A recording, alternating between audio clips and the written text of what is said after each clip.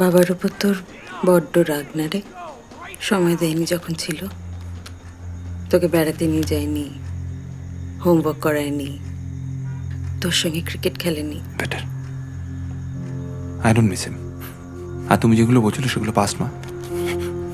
আমি তো বড় হয়ে গেছি, কোনো কিছুই তো আটকায়নি, কোনো প্রবলেম হয়নি।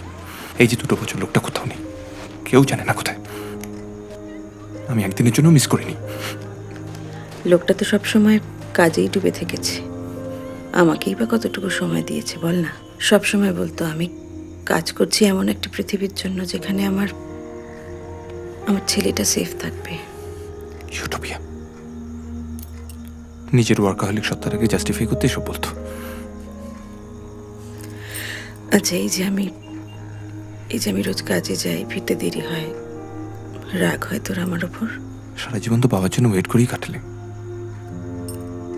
এখন নিজের মতো লাইফটা লিড করছো, সেটাই ভালো।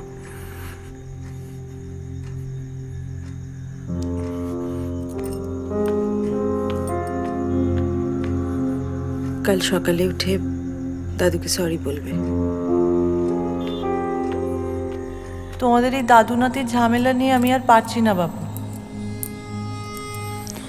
রাগ তো সেই দেখাচ্ছে, আমি তো কিছু বলিনি তাকে। আহা, রাগ বলো না, বলো অভিমান। আর কার উপরেই বা দেখাবে বলো? সে তোমার কোলে পিঠে করে বড় হয়েছে, তুমি তো হচ্ছে গিয়ে তার কোল বালিশ। Punching bag. তোমার নাতির কাছে আমার নাম কি জানো তো? সত্যবতী। শ্রীযুক্ত নন্দ ঘোষ। রাগ করো না তার ওপর, আজকালকার ছেলে সে, কি বা জানে বলো তোমার ব্যাপারে? ভাবে সব বুঝে গল্প কথা। সে শুধু শুনেছে তার দাদু বড় সত্যান্বেষী ছিল। ছিল পাস্ট।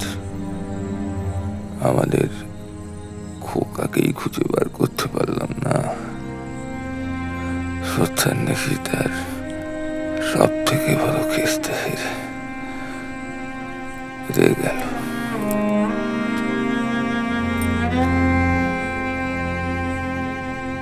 দেখো, এবার সে ঠিক ফিরে আসবে।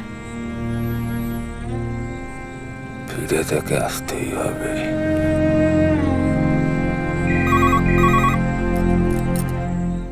ওই বুঝি নতুন কেস এলো আবার।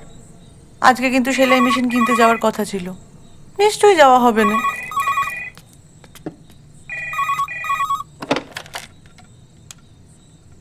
হ্যালো, আমি মালো বলছি, কৃষ্ণেন্দু মালো। কৃষ্ণেন্দু বাবু, এত রাতে?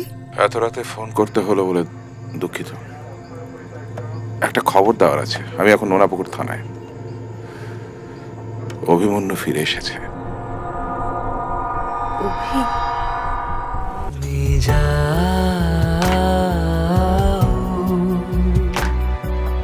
যে শুধু তোমারে থাকে, বাড়ি ফিরে এসো।